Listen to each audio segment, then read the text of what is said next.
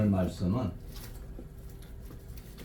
너는 내 사랑하는 아들이라 는 제목을 가지겠습니다. 먼 옛날 순임금은 인간관계에서 지켜야 할 윤리를 5가지 유형으로서 제시를 하는데, 우리 부자관계는 부자일침, 상하관계는 군신유의, 친구관계는 봉우유신, 그리고 장유유서.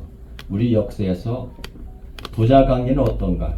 권력 앞에서는 견원지간, 묵지 않게 되는 경우를 확인할 수 있는데, 후백제의 견원과 신건, 조선제의 태조와 태종, 고종과 대원군의 암투는 우리 대하드라마 TV 사국의 단골 소재가 되기도 했는데, 우리 소금의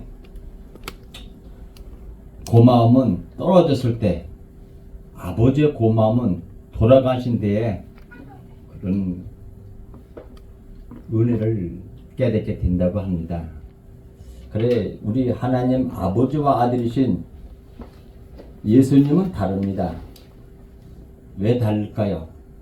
예수 그리스도에게 왕권을 의임하는 대관식에서 드러나게 되는데, 예수님은 요단에서 선지자 요한에게 뭐를 받아요? 세례를 받은 후 성령으로 기름을 받습니다. 그리고 하늘에서 이런 음성이 들려오죠. 내 사랑하는 아들이여, 내 기뻐하는 자라. 임양 행위가 아니에요. 신분을 확인하는 선언으로 이해돼야 합니다. 성령의 선물로 인하여 아들이 되는 것이 아니에요. 성령의 강림은 사역과 관련이 있는 거예요. 뭐와 관련이 있다고요? 사역을 해야 돼요. 그래서 권력 앞에서 견원지간이 되는 세상의 부자 관계와 전혀 다릅니다. 복음서 저자들은 너는 내 아들이라는 하나님의 음성을 시편 2장 2편 7절과 연결시킬 뿐만 아니라 종의 노래로 알려진 이사야 42장 1절, 내가 붙드는 나의 종, 내 마음에 기뻐하는 자와 연결시켜줍니다. 예수님은 하나님의 아들로서 2가지 성격을 포함하고 있는데, 성령의 기름 부음 받은 메시아의 권위와 함께 고난받는 종이라는 예상하지 못한 그런 일을 동시에 말씀하고 계십니다. 그래, 왕이 돼가신 때 하나님의 음성을 봅시다. 다윗 가문에 대한 하나님의 계약은 영원한 것입니다. 그러나 모든 계약은 시대에 따라서 자꾸 계속 갱신이 되었습니다. 그러한 갱신은 다윗 새로운 후손이 왕에 오르는 즉위식 때에 이루어졌는데, 너는 내 아들이라 하나님의 말씀은 새로 왕이 된 사람에게 하나님과 다윗 가문 사이에 계약이 갱신되었음을 나타냅니다. 과거 이스라엘 왕이 기름 부음 받는 날은 간접적으로 왕국의 대표자인 왕입니다. 다시 태어나 하나님 부자관계를 맺는 날을 의미한다는 겁니다. 너는 내 아들이라는 말은 왕의 대관식 축사, 덜 노엘 엘루컬션, 왕이 선포한 하나님 말씀입니다. 왕권에 대한 하나님의 계약이 뭐 한다고요? 포함되어 있습니다. 그 계약 속에 양자, 소시프 개념이 포함되어 있어. 그 계약의 대상은 인간은 아버지신 하나님의 아들이다. 이 양자 계약의 언척은 어디에 있는가? 하나님과 이스라엘 사이에 체결된 시내산 계약의 일부분인데, 신명기 1장 32절 말씀입니다. 광야에서도 너희가 당하거니와 사람이 자기 아들을 아는 것 같이 너희 하나님 여호와께서 너희가 걸어온 길에서 너희를 아느사 이곳까지 이르게 하셨느니라. 이곳까지 이르게 하셨느니라. 하나님 나라의 이미지입니다. 하나님이 그들의 아버지가 되어주시고 그들은 자녀로서 광야 40년을 여행을 합니다. 아버지를 노릇하느라 그들을 안고 이곳까지 오게 되었다는 말씀입니다. 걷게 하신 것이 아니라 안고 오셨다는 거예요. 이스라엘 백성들을. 응? 말씀은 아버지의 노릇을 톡톡히 누가 하셨다고요? 하나님 하셨다는 얘기입니다. 그래서 가장 오래된 성문법의 하나인 함무리바 법전이 새겨진 비석상단에 태양의 신이자 정의의 신인 사스마치 뿔 모양의 모자를 쓴 왕자에 앉아있고 함부리 왕은 공손하게 이를 갖추고 서 있습니다. 함부리는 바빌로니아의 6번째 왕인데 신이 왕에게 길이를 재는 자와 밧줄을 건네주는 장면이 새겨져 있어요. 이 둘은 건설과 측량을 위한 도구인데 신이 곧 왕에게 자신을 대신해서 사이의 정의를 세우고 옳고 그름을 판단한 뭐를 준다고요? 권한을 위임하는 스님인 것입니다. 그래 바빌로니아 신은 왕에게 자와 주를 준다면 하나님은 다의 왕들을 양자로 삼을 뿐만 아니라 그들에게 명령을 합니다. 무슨 명령을 해요? 말씀을 주신 거예요. 그 명령을 왕이신 자신이 보지 않았을 때 언급된 신적 예언을 가르쳐 줍니다. 그 말씀의 내용은 새로 보좌에 오른 권위와 임무를 밝히고 있는데 왕이 선포한 하나님 말씀이 그러하다. 왕권에 대한 하나님의 계약을 내포하고 있다는 겁니다. 하나님은 아버지가 아들을 단련시키듯이 이스라엘을 뭐 했다고요? 훈련을 시키는 겁니다. 신명기 8장 5절에 보면 다윗의 후손으로 오신 예수님은 하나님의 아들이라는 특권과 함께 내 기뻐하는 자라. 무슨 자라고? 내 기뻐하는 자라. 종의 노래처럼 종으로 고난을 받으신다. 이사야 42장 1절. 그리고 영광을 받게 됩니다.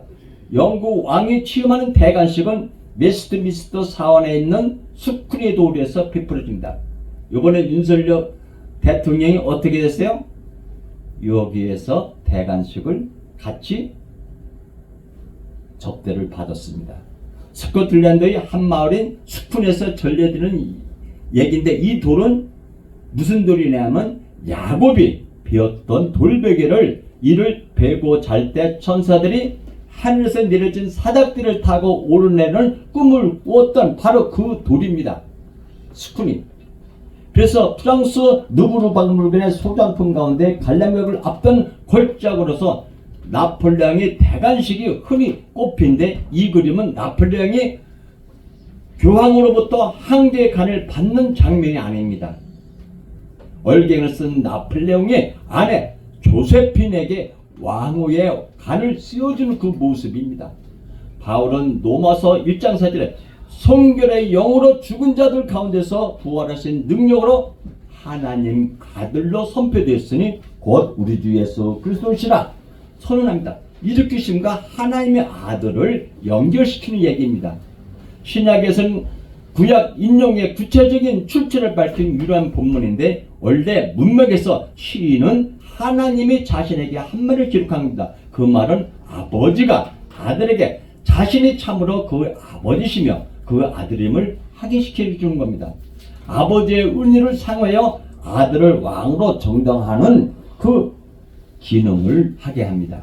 하나님 백성들은 시편 2편을 노래할 때 하나님이 이르도록 아브라함으로 부르신 그 목적, 그 모든 민족을 복으로 이끄는 것, 창세기 12장 1절부터 3절 말씀을 성취할 수 있게 하려고 다윗과 다윗 후손들로 어떻게 왕으로 삼는 자에 대해서 상기시켜주는 이 얘기가 되는 겁니다.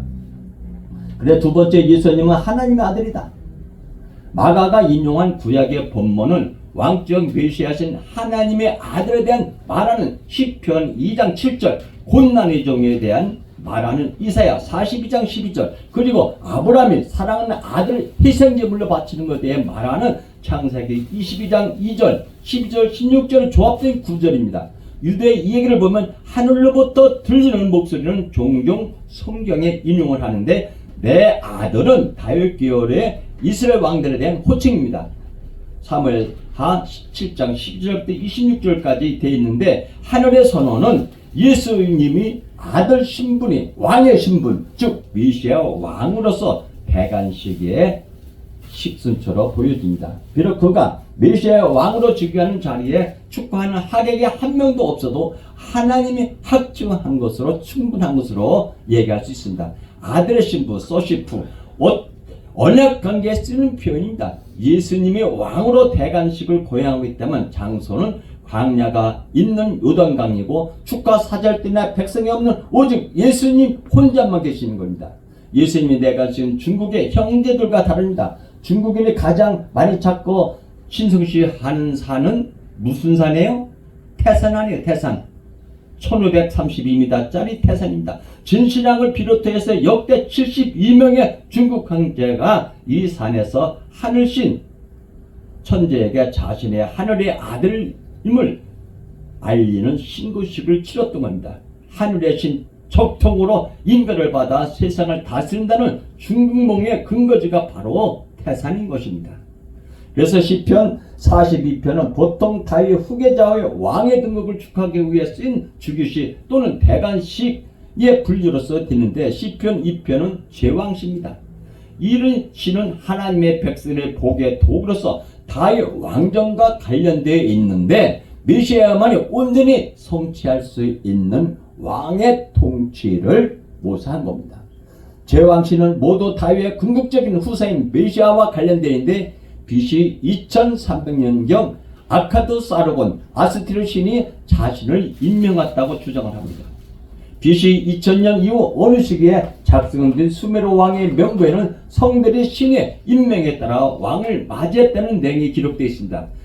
야훼께서 메시아적 섭정 통치자 니기네터 즉 메시아를 통해 온 땅에 발현된 주의 우주적 왕권에 대항하는 반역을 위해 모인 나라에 대한 반응으로 이 시를 보는 것이 보다 적절할 점입니다. 아들은 존칭이 아닌 뭐라고요? 신분입니다. 신분. 그래 하나님의 예수님은 하나님의 아들로 선언을 한 겁니다. 제자들의 예수님은 하늘의 아들 천지의 호칭인 폐하를 종축으로 사용하지 않았다는 얘기입니다. 내 아들은 하나님을 대항하는 신분에 대한 직접적인 언급인 겁니다. 하늘에는 하나님 아버지, 땅에서는 예수님 혼자 있기에 왕의 대관식이 초라하게 보이고 추종하는 신하도 백성도 보이지 않는 사적인 것처럼 보여도 엄연히 시편 2장 7절 예언의 성취며 이사야 42장 1절 학답인 것이다. 이런 강조는 변화산에서 3인칭 구문에서 일관되게 나타나는데 예수님을 하나님 아들로 부르신 것은 당시 로마 황제들의 주장과 충돌하게 되는 겁니다. 하나님의 아들 한자로 천자입니다. 천자. 천자라는 말은 중국 중원에서 기원한 것이 아니에요. 후한의 대학자 채용 1130년대 190년에 살던 그 천자라는 말은 동이에서 시작이 됐습니다. 하늘을 아버지로 땅을 어머니로 삼기 때문에 천자로 한 겁니다. 예수님은 하나님의 아들이라는 것은 이 기능적인 아들님을 뜻하지 않는다. 지금까지 예수님은 그러한 학증을 얻기 위해 아무것도 하지 않았기 때문이다. 예수님이 어떤 일을 했기 때문에 하나님의 아들이 된 것이 아니라 오히려 예수님은 하나님의 아들이기 때문에 어떤 일을 하신다? 아버지를 기쁘게 한다? 예수님은 누구인지에 대한 이 예수님이 무슨 일을 할 것인지를 결정하는 것이지 그 반대가 아니라는 겁니다. 아스로 바벨 왕들은 매년 즉위식을 거래하는데 이때 주신은 왕으로 찬미를 받으며 신과 왕의 즉위식 전체 과정이 재현됩니다. 메소포타미아 왕들은 자신의 신의 칙령에 따라 왕으로 세워졌다고 생각합니다. 시편 2장 7절에 나오는 왕의 선언과 또 그가 인용한 하나님의 말씀은 새롭게 왕이 된 사람이 기름 부음을 받고 보좌에 오른 후에 공식적으로 선포한 말이 있습니다. 왕의 선언에서 주된 부분은 야훼의 명령에 기록된 하나님의 말씀을 인용한 것을 이루어져 있습니다. 이 명령은 즉위식 때 왕에게 주어진 문서, 다윗 왕자에 대한 하나님의 계약을 새롭게 하는 그 개인적인 계약 문서인 겁니다.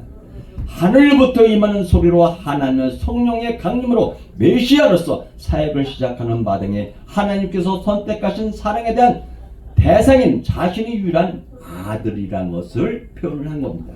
보고 듣는 것에 대한 강조, 이 사건의 실증적 객관성을 입증합니다. 예수님은 이 구절에서 다른 모든 존재들과 구별이 되는 겁니다. 하나님과 독특한 관계를 갖는 하나님의 사랑하는 유일한 아들로서 제시되는 겁니다. 여러분들이 말이 좀 약간 어려웠었죠? 내가 여러분은 사랑하는 자녀이기 때문에 이 말을 하는 겁니다. 이 주관식의 요번에 대관식 할 때 윤석열 대통령이 어때요? 한국 마차를 타고 행렬을 하고 어때요? 우리나라 국위가 어느 정도 상승됐을까 안 됐을까요? 1년에 2번 빼게 국비를 초대 안 합니다. 영국은. 그런데 첫 번째로다가 초대를 해준 거예요. 대한민국을 위상을 높여준 거예요. 하나님의 위상을 높여준 것뿐만 아니라 대한민국 코리아가 이제는 세계의 영적으로 지도자가 된다는 것을 표시해 준 겁니다. 여러분은 이제는 예수님의 하나님의 아들이라는 것은 우리가 그 생각을 다시 기억을 하시고 여러분이 그분의 누구라고요? 자녀가 됐으니까 축복받는 생활이 되시길 바랍니다. 그래서 내가 이 말을 하는 것은 여러분들이 아들로서 자녀로서 건세와 권능을 가지고 씩씩하게 무릎 꿇지 않고 어떤 사람 굴복하지 말고 당당하게 살아가시기를 바라서 이 말씀을 전했습니다. 감사합니다.